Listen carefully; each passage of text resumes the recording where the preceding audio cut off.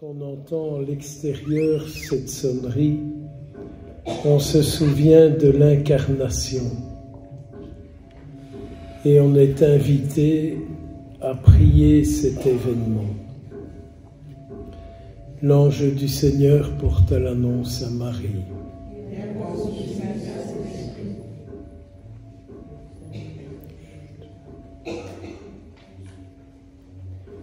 Voici la servante du Seigneur.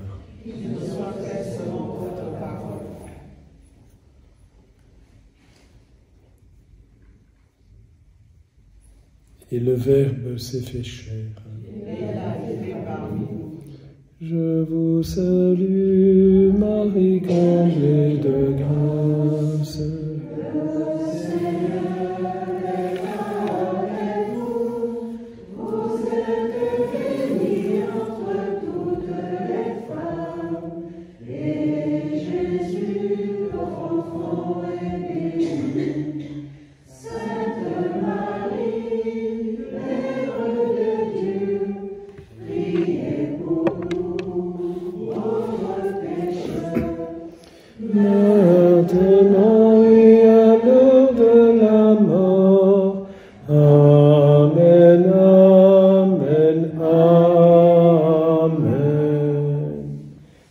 D'Alléluia durant le temps de carême. Prie pour nous, Sainte Mère de Dieu.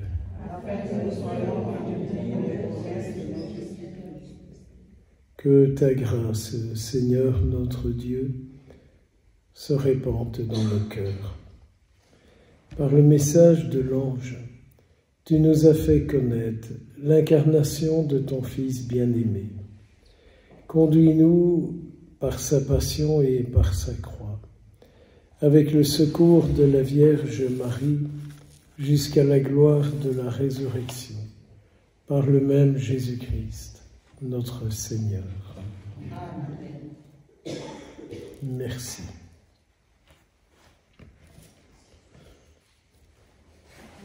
Par rapport à l'Angélus, petite parenthèse, notre cardinal d'Annels, quand on lui disait « Monseigneur, on priera pour vous », il disait « Priez l'Angélus en pensant à moi ».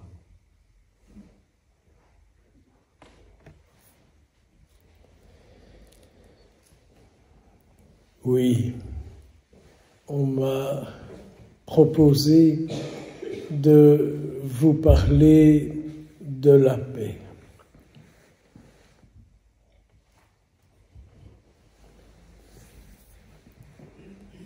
C'est un sujet très difficile. C'est l'éternelle histoire quand on vous demande quelque chose longtemps à l'avance, on dit oui, c'est intéressant.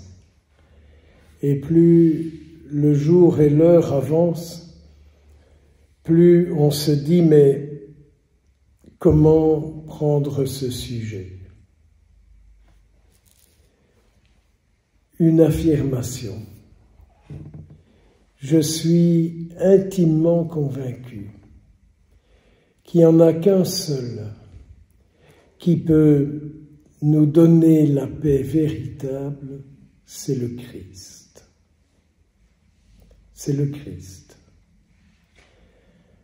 À Noël, c'est la naissance de Jésus, le prince de la paix, dont toute la vie, ses paroles et ses actions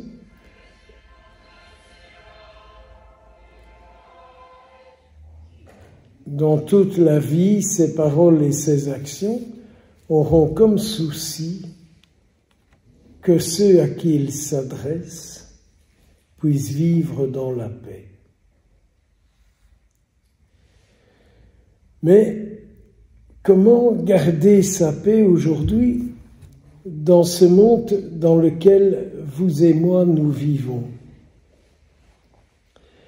Quand on entend les informations à la TV, on pourrait commencer à avoir peur et à dire « il y a une guerre qui va arriver ».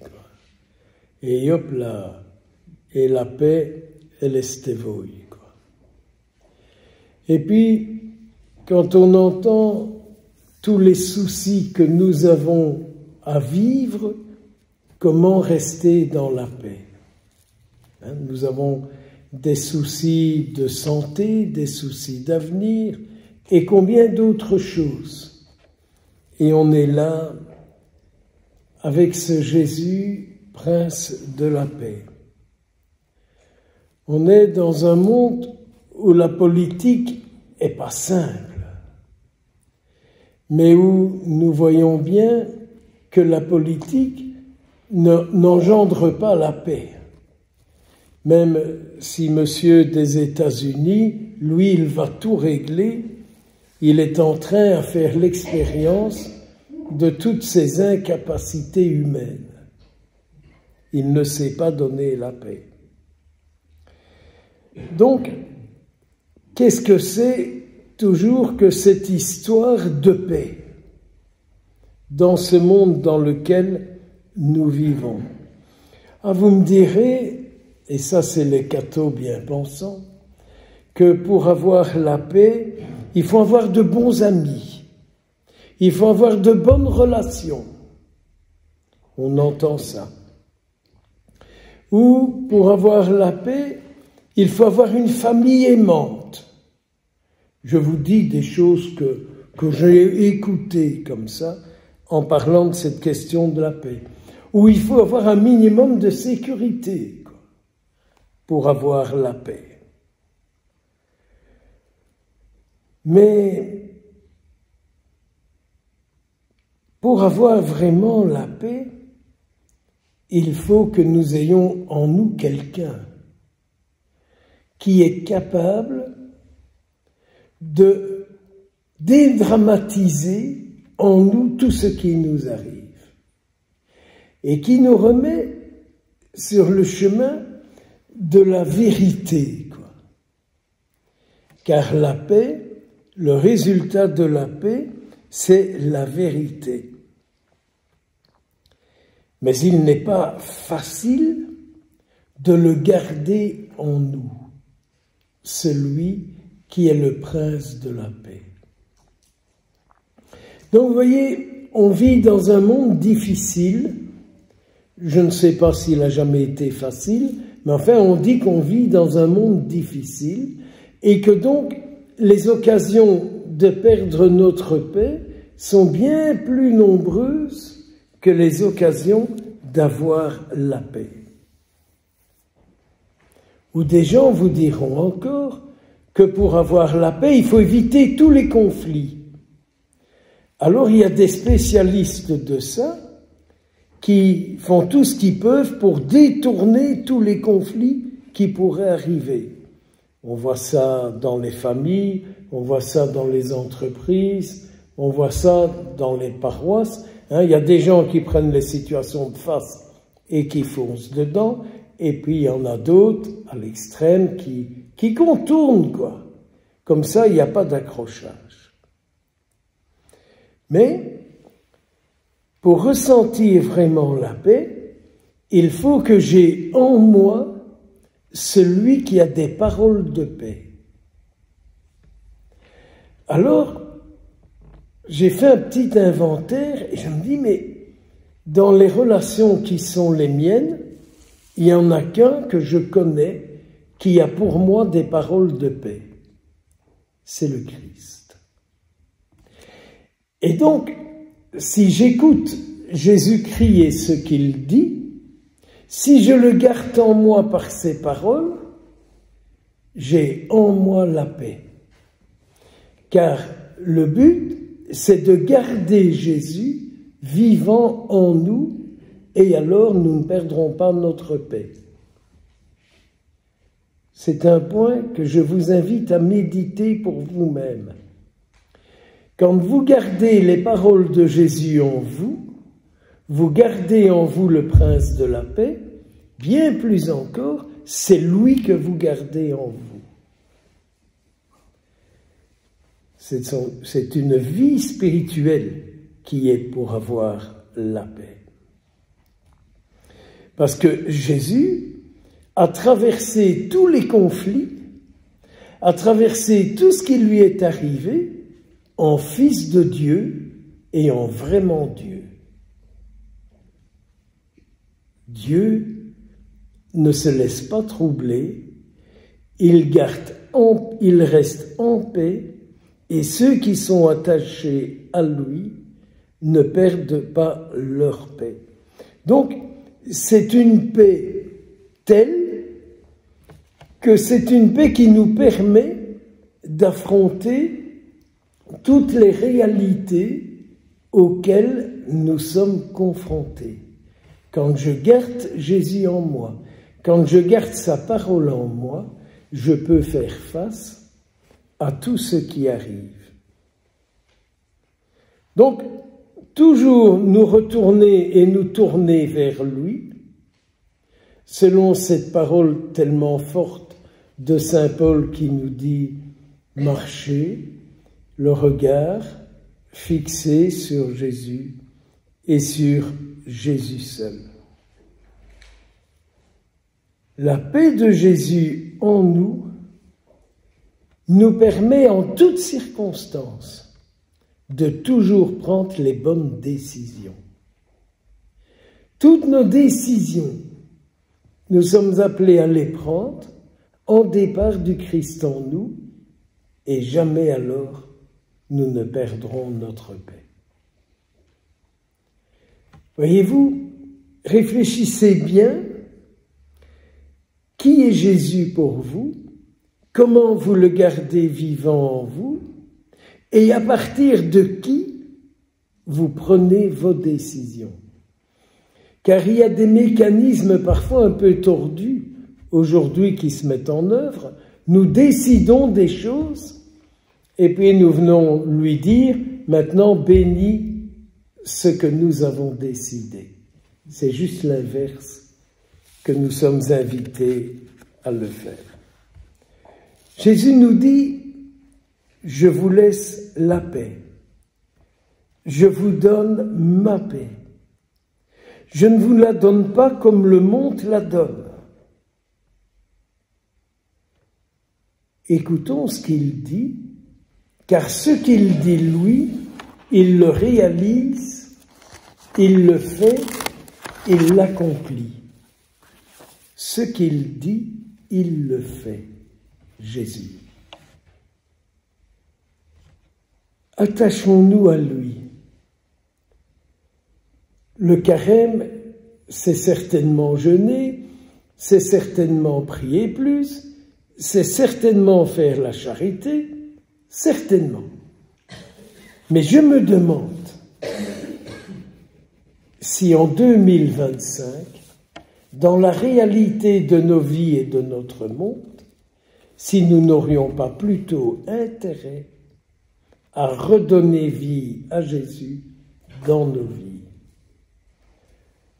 Selon cette parole que j'aime bien de ressortir de Thérèse de l'Enfant Jésus, qui demandait toujours à Jésus comment il se sentait en elle, s'il était heureux, s'il se sentait bien en elle. Et donc, si nous sommes dans cette dynamique-là, Jésus sera toujours avec nous. Et ce que nous accomplirons s'accomplira en départ de lui. Car vouloir faire la paix, si elle ne part pas du Christ, c'est un artifice.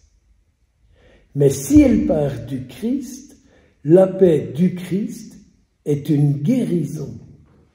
Jésus guérit de ce qui nous a et de ce qui nous fait perdre notre paix.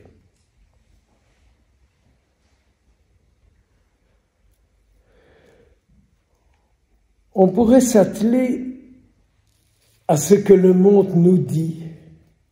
Le monde nous dit, mais c'est pas possible d'être en paix. Il y a tellement de la guerre dans le monde.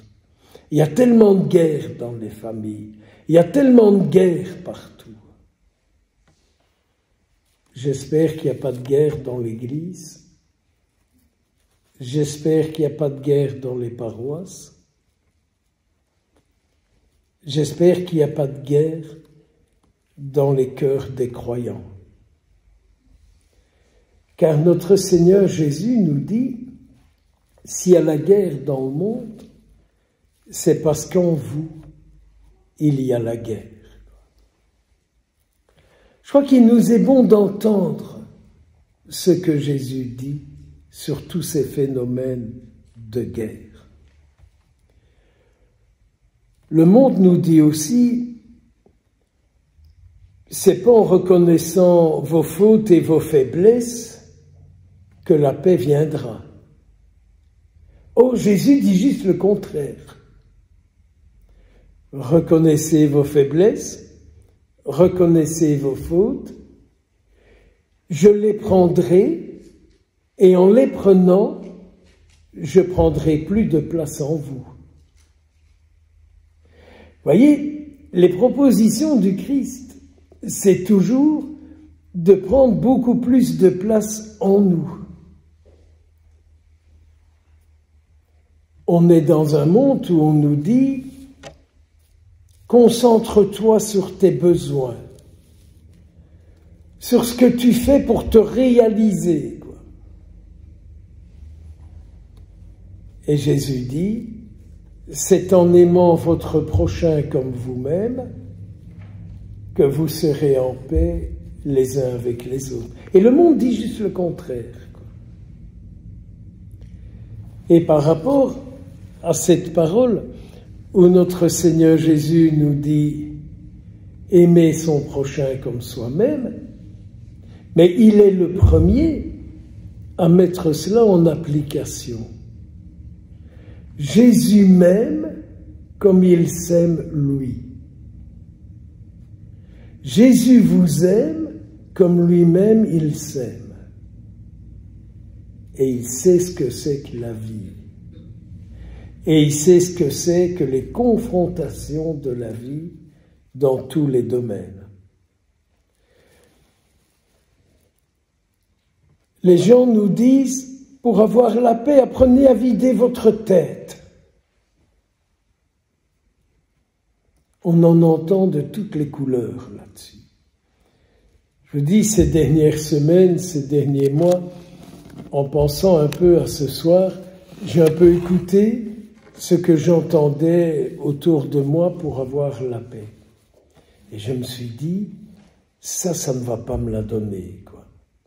Et toujours, je suis toujours revenu à Jésus-Christ, Prince de la paix, venu dans le monde pour que le monde soit en paix, vivant en moi pour que les hommes et les femmes soient en paix, les uns avec les autres. N'y a-t-il pas un problème chez les chrétiens de leur vie avec Jésus-Christ? Je rêve, et je pense que si nous tous qui sommes croyants, nous étions pleinement unis à Jésus-Christ, on n'engendrait pas de conflit, pas de rancœur, pas de coup de gueule. On aurait toujours la parole juste. La parole qui engendre la vie. Pas la parole qui rejette l'autre, pas la parole qu'il juge, pas la parole qu'il condamne, pas la parole qui remet à l'heure, quoi. Malheureusement, parfois on rencontre des cathos un peu spécialistes de ça, de remettre les autres à l'heure, quoi. Donc Jésus lui dit, mettez votre confiance en moi. Mettez votre confiance en moi, et en moi vous trouverez la paix. Ça montre bien que nous avons là tout un chemin à faire pour remettre notre confiance en lui et arriver à nous abandonner à lui. c'est bien sûr le sens du baptême. Hein. Il est le seul en qui je peux m'abandonner, qui sait ce que je vis, qui sait ce que je porte et qui sait comment m'amener à m'en sortir de ce que je vis.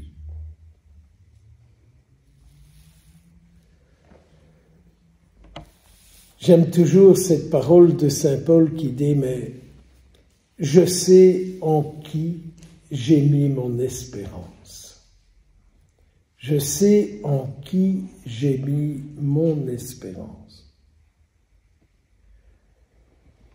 Donc, en tant que croyant, en tant qu'unis au Christ, rien ne nous empêche d'être unis à lui, qui est le prince de la paix, dans toutes les épreuves, dans toutes les circonstances. En fréquentant l'Évangile, nous fréquentons Jésus, le Fils unique de Dieu, le Fils de Marie.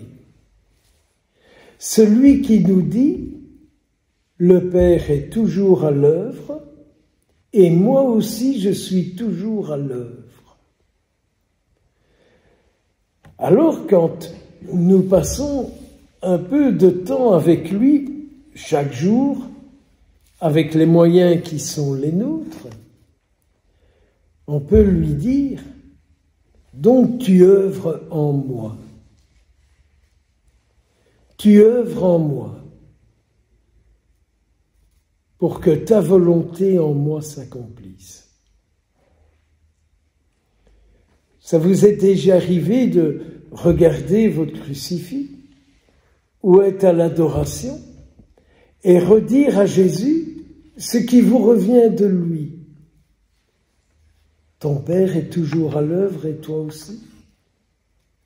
Tu œuvres en moi pour que je retrouve ma vie avec toi et que ma vie ne soit pas ce qui me fait perdre ma paix, ce qui m'éloigne des autres, ce qui m'éloigne de toi.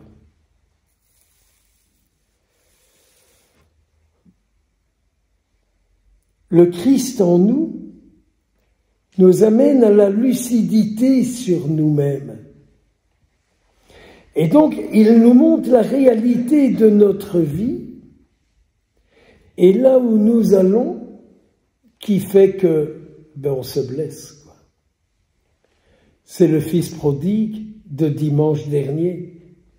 Il s'est rendu compte de la vie qu'il a menée, qui fait qu'il a été à un moment donné contre un mur. Il ne pouvait plus vivre comme ça. Et que dans la rencontre avec son Père, il a retrouvé toute sa dignité de fils. Retrouver sa dignité de fils, c'est être guéri, libéré, délivré de tout ce qui n'est pas digne d'un enfant de Dieu. Est-ce bien comme ça que nous fréquentons le Christ? Vérité de Dieu, vérité de l'homme, disait saint Jean-Paul II. Vérité de Dieu, vérité de l'homme, qui me remet dans ma dignité d'enfant de Dieu, c'est-à-dire qui me guérit, me délivre de tout ce qui n'est pas digne d'être attaché à un enfant de Dieu. Ce temps de carême est bien un temps pour retrouver sa dignité d'enfant de Dieu. Alors, c'est vrai qu'il y a des actes à poser. Par exemple, rendre service à quelqu'un, mais ne pas le faire par obligation, mais le faire parce que c'est l'amour du Christ en nous qui nous pousse à le faire. Jésus, je fais pour l'autre ce que toi tu souhaiterais lui faire. Voyez, un acte de charité au sens le plus vrai et le plus noble du terme, c'est dire à Jésus, je fais pour celui-là, pour celle-là, ce que toi tu désires faire pour elle ou pour lui. Le peuple chrétien qui vraiment est uni au Christ est une force dans le monde que vous ne pouvez pas vous imaginer. Laissez-vous un peu aller et pensez à votre vie avec Jésus-Christ en lui disant « Ce que tu veux, je le veux. Ce que tu souhaites, je le désire. Me voici. » N'est-ce pas ce que la Sainte Vierge a dit le 25 mars? Me voici. Que tout se passe pour moi selon ta parole. Mais imaginez-vous un peu le jour où vous et moi, nous tous, nous redirions au Seigneur que tout se passe pour moi selon ta parole. Nous serions alors des artisans de paix, des artisans d'amour,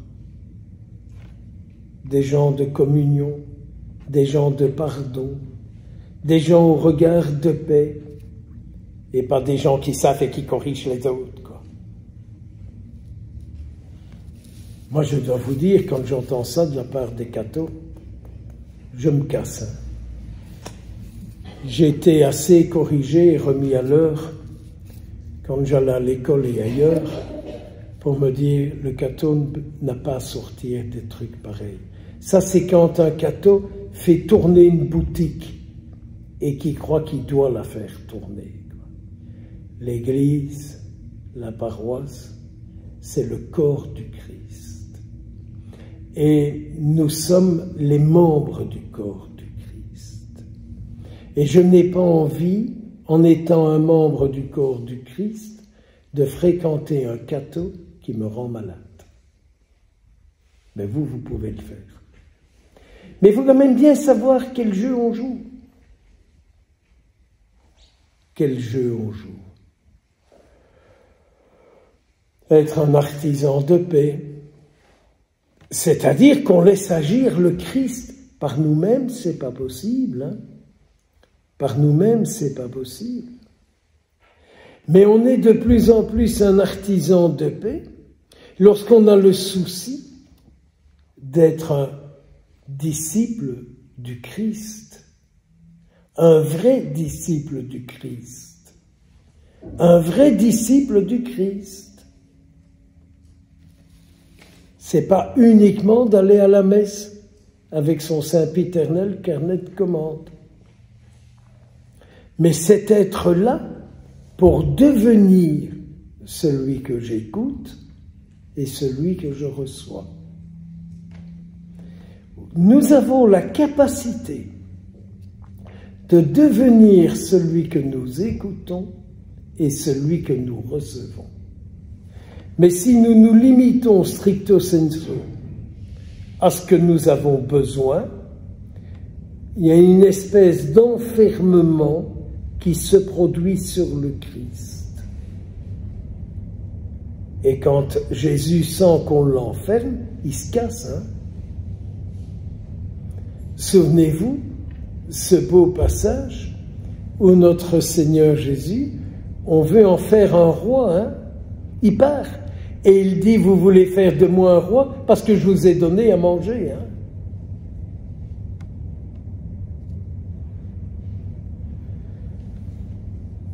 Donc, une relation d'amour avec lui. Il devient ma vie parce que je fréquente sa vie. Mes frères, mes sœurs, nous sommes la vie de ceux que nous fréquentons. Hein. On est la vie de ceux que nous fréquentons. Moi, je ne sais pas comment vous avez été éduqués, mais quand j'étais gamin, ma mère disait « Tu ne seras jamais comme celui-là, tu ne seras jamais comme celle-là, tu ne deviendras jamais ça, et tu ne deviendras jamais comme ça. » Elle m'a jamais dit, tu ne deviendras jamais comme Jésus-Christ. Voilà le problème de la vie chrétienne. Voilà le problème de la vie chrétienne. Nous sommes appelés à devenir Jésus-Christ. Nous sommes appelés à devenir Jésus-Christ.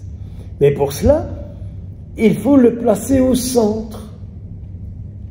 N'est-ce pas ce qu'il nous dit quand dans l'Évangile, il vient nous dire « Si tu préfères ton père, ta mère, ton frère, ta sœur, vous connaissez ça, tu n'es pas digne de moi. » Donc s'il est le premier de ma vie, j'aurai un amour unique pour mon père, ma mère, mon frère, ma sœur, ma femme, mes enfants et vous tous. Le problème n'est pas de dire « Ah oui, Père, mais je n'y arrive pas. » Mais je sais bien, mes pauvres frères et sœurs, que nous n'arrivons pas. Moi non plus, je n'y arrive pas. Et je suis bien loin d'y arriver. Y arriver est une chose. Mais avoir le désir, c'est quand même autre chose. Avoir ce désir d'être de plus en plus une belle copie de Jésus-Christ. Avoir ce désir d'être un homme et une femme unis à Jésus-Christ. Ça, nous pouvons tous l'avoir, vraiment tous. Jésus dit, dans le monde, vous aurez des difficultés, mais prenez courage, j'ai vaincu le monde. Donc, il me semble que Jésus dit, mais tout ce qui t'arrive, qui te fait perdre la paix, ne te laisse pas attraper, je suis plus fort que tout ça. Je suis beaucoup, beaucoup, beaucoup plus fort que tout ça. Plus j'avance dans ma vie, ou vers la fin de ma vie, je ne sais pas ce que je dois vous dire, mais plus j'avance, plus je remarque, je constate que quand je me souviens des paroles du Christ, je me sens vivre. Mais quand je me souviens des paroles de celui-là, de celle-là, je risque de me casser la figure. Hein. Ça peut être des ecclésiastiques, ça peut être des chrétiens, ça peut être des gens qui ne mettent pas les pieds à l'église. Peu importe de qui ça nous vient. Mais regardez un peu dans nos fréquentations les attaques que nous recevons. Les attaques ne sont jamais d'origine de l'Esprit Saint. Les attaques ne sont jamais, n'ont pas pour origine l'Esprit Saint. Alors, il faut peut-être voir si c'est une attaque d'un disciple de l'Antichrist, ou si c'est lié à quelque chose de psychologique blessé en nous, c'est très difficile, c'est très frontalier, ça demande un discernement. Mais ce qui nous fait perdre notre paix et qui nous rend malheureux ne vient jamais de Jésus-Christ. Jamais, jamais, jamais, jamais, jamais. Devrions-nous avoir peur? Absolument pas, vu qu'il dit « J'ai vaincu le monde ». Une phrase que j'aime bien de ressortir, qui est dans la lettre aux Hébreux, c'est l'auteur qui dit « Il est en mesure de nous comprendre, car il a tout vécu. Il a tout vécu. » Donc, nous pouvons lui parler de tout, mais de tout, mais de tout, mais de tout, absolument tout, avec la certitude que si je reste là pour écouter sa réponse, ce sera toujours une réponse qui me sortira de ce que je vis. C'est la paix que je vous laisse. c'est ma paix que je vous donne.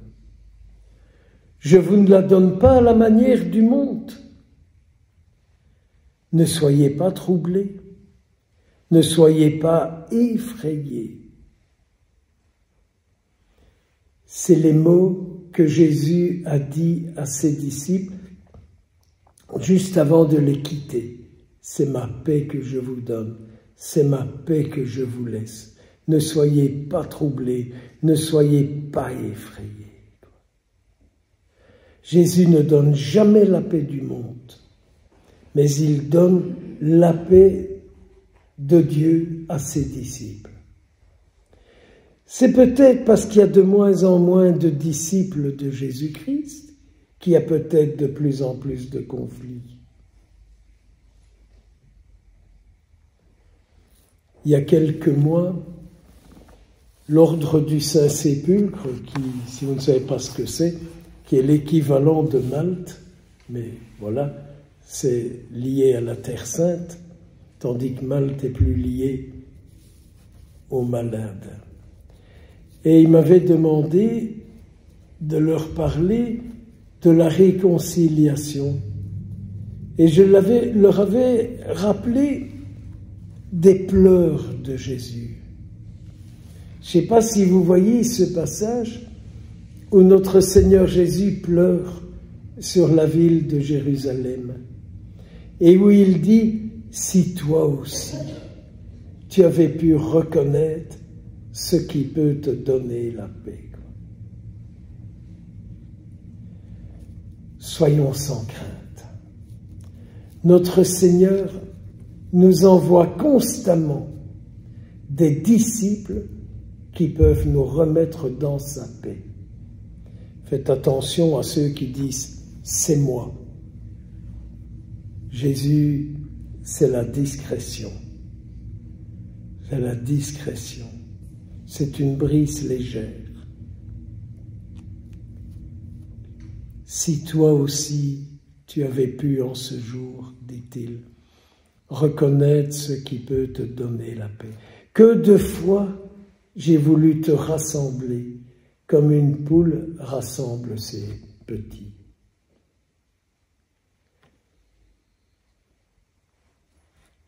Du haut du ciel, croyez-vous que notre Seigneur ne nous voit pas ici? Du haut du ciel, ne croyez-vous pas que Jésus voit chacun, chacune de nous avec ce qui nous empêche d'être en paix et avec notre désir de recevoir sa paix et d'en vivre profondément? La paix, nous la perdons pour une raison, mais nous pouvons la retrouver par quelqu'un, Jésus-Christ. Jésus-Christ. Nous la perdons par des personnes, par des situations, par des événements qui nous touchent, qui nous agressent. Mais la paix revient toujours par Jésus, qui est venu, qui s'est incarné pour que nous ayons la paix, et qui pendant 3 années n'a rien fait d'autre que de toujours venir au secours de celles et ceux qui ont perdu leur dignité humaine. J'étais surpris de l'évangile de hier, avec ce pauvre gars qui est là depuis 38 ans, et à qui Jésus dit « Veux-tu guérir ?» Je n'ai personne. Je suis tout seul. Je n'ai personne. Les autres ne s'intéressent pas à moi. Et Jésus, lui, montre comment il s'intéresse à quelqu'un. Va, prends ton brancard, ne pêche plus. Ça, c'est sûr. Ne te remets pas dans des situations où tu perds ta paix, où tu t'éloignes de moi. Voyez, ne nous mettons pas dans des situations où nous nous éloignons de lui. La paix n'est pas liée à nos relations avec quelqu'un, mais la source de notre paix, c'est Jésus qui recrée nos relations. Que de fois je me dis, avec cette personne, je ne suis plus en paix ou je ne suis pas en paix. Parfois je dis au Seigneur, je sais que c'est un mauvais esprit entre cette personne et moi et elle. Et parfois je dis à Jésus, j'ai peut-être pas envie, mais le fond de moi, je suis bien obligé de dire, si vraiment je t'aime, Jésus, je ne peux pas rester dans cette situation. Je ne peux pas rester dans cette situation. Alors je comprends que juste avant de mourir, dans sa fameuse prière qu'on dit, sa prière sacerdotale, notre Seigneur Jésus dit, Père, je te prie, c'est pour eux que je te prie. Ils sont dans le monde, mais ils ne sont pas du monde. Garde-les du mauvais. Voyez, cette fameuse prière de Jésus que très prochainement nous entendrons. Jésus qui dit, ils sont dans le monde, mais ils ne sont pas du monde. Ah, goûtons les paroles de Jésus et entendons son engagement pour nous. Il nous donne sa vie. C'est pour eux que je te prie. Ils sont dans le monde, mais ils ne sont pas du monde. Garde-les du mauvais. Et nous savons bien ce qu'est le mauvais et qui est le mauvais. Notre Seigneur Jésus qui dit aussi, si quelqu'un m'aime, mon Père et moi, nous viendrons chez lui. Et chez lui, nous établirons notre demeure. Aimons-le, qu'il vienne vivre en nous, qu'il vienne habiter en nous. Et nous ne perdrons rien, rien de notre paix, rien de notre tranquillité, ni même notre santé, ni même notre santé. Hier midi, je mangeais avec un ami prêtre et je lui demandais des nouvelles de sa santé. Et il me disait, écoute, ce que j'ai vécu les derniers mois, n'étant pas facile, je crois que c'est ça qui a démoli telle partie de mon être. Vous savez, le mal nous rend malades. Le mal nous rend malades. Et le bien nous rend vivants. Et Jésus est le bien suprême. Est le bien suprême. Une autre parole, mais que je prends chez saint Paul, au fond, saint Paul a vécu des situations terriblement difficiles, mais terriblement difficiles. Alors, saint Paul, qui était solide dans la foi, il disait « Je suis fort en celui qui me fortifie ».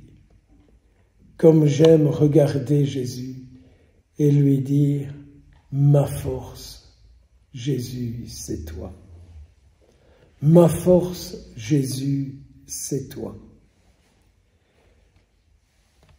Je cite saint Paul dans sa lettre aux Romains où il dit « Je suis convaincu que ni la mort, ni la vie, ni les anges, ni les démons, ni le présent, ni l'avenir, ni aucune puissance, ni la hauteur, ni la profondeur, ni rien d'autre dans toute la création, rien ne pourra me séparer de l'amour de Dieu qui est en notre Seigneur Jésus-Christ.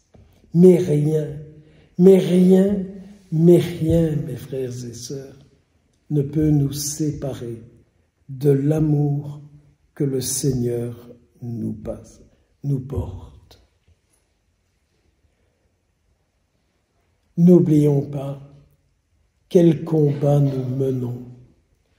Le combat que nous menons, c'est le combat de la paix, c'est le combat pour la vie, mais pour la vie de Dieu. Apprenons à mener le combat pour la vie de Dieu au milieu de nous. N'oublions pas de mener le combat pour la vie de Dieu dans nos familles et partout. Et que nos paroisses et que nos institutions soient des lieux vivants, mais de la présence de Dieu. Pas tellement des lieux de copains, copines, tu à toi, on s'embrasse et on se lèche, mais où est Jésus-Christ? Mais où est Jésus-Christ? Mais où est Jésus-Christ? Où puis-je aller pour le trouver? Chez qui? Où puis-je aller pour le trouver? Une autre parole de notre Seigneur qui, moi, me porte beaucoup, c'est lorsqu'il dit « Je vous dis ces choses, afin qu'en moi vous ayez la paix. Dans ce monde, vous aurez des difficultés, mais rassurez-vous, j'ai vaincu le monde. » Je vous l'ai déjà dit, cette parole. C'est vrai qu'il y a beaucoup de choses qui peuvent nous troubler, je vous l'ai déjà dit. Notre nature humaine peut nous troubler, notre fierté. Ceux qui savent, je sais. Gabin disait, je sais que je ne sais pas. La fierté, le tout savoir, les impatiences, la colère, la jalousie, ne pas avoir pitié des autres. Toutes ces choses-là nous éloignent et fait perdre la paix avec Dieu. Voyez, repérons bien dans nos vies ce qui nous fait perdre la paix avec lui. Ce qui nous fait perdre la paix entre nous, nous éloigne les uns des autres. Ne laissez pas le mal vous vaincre. Surmontez le mal en faisant le bien, disait saint Paul. Vaincre le mal, c'est donner la vie à Jésus, le prince de la paix. On pourrait certainement encore dire énormément de choses. Mais pour moi, s'il y en a une à retenir ce soir, c'est le désir d'accueillir Jésus au plus intime de notre être, car il n'y a pas d'autre sauveur que lui. Il dira à un moment donné, « Tant que je suis dans le monde, il y a la lumière dans le monde. Mais un jour viendra où je n'y serai plus, et vous serez dans les ténèbres. » Alors, ne soyons pas des hommes, des femmes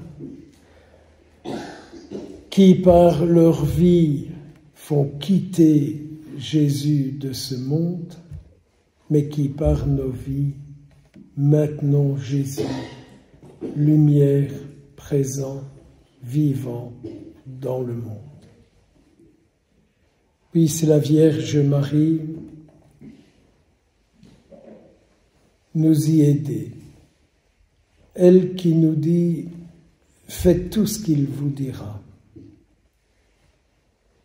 Soyons unis à la Vierge Marie, prenons-la comme modèle.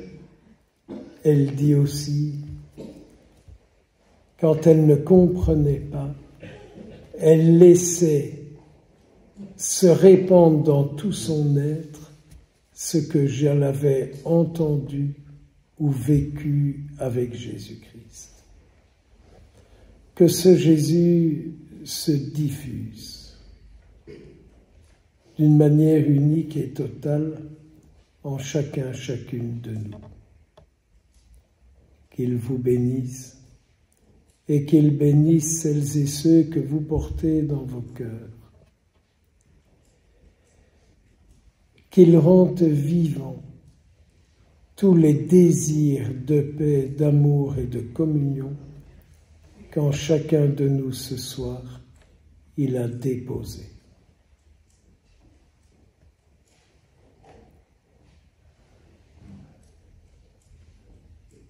Seigneur Jésus, tu as dit à tes disciples, « Je vous laisse la paix, je vous donne ma paix. » Ne regarde pas nos péchés, mais regarde la foi de ton Église.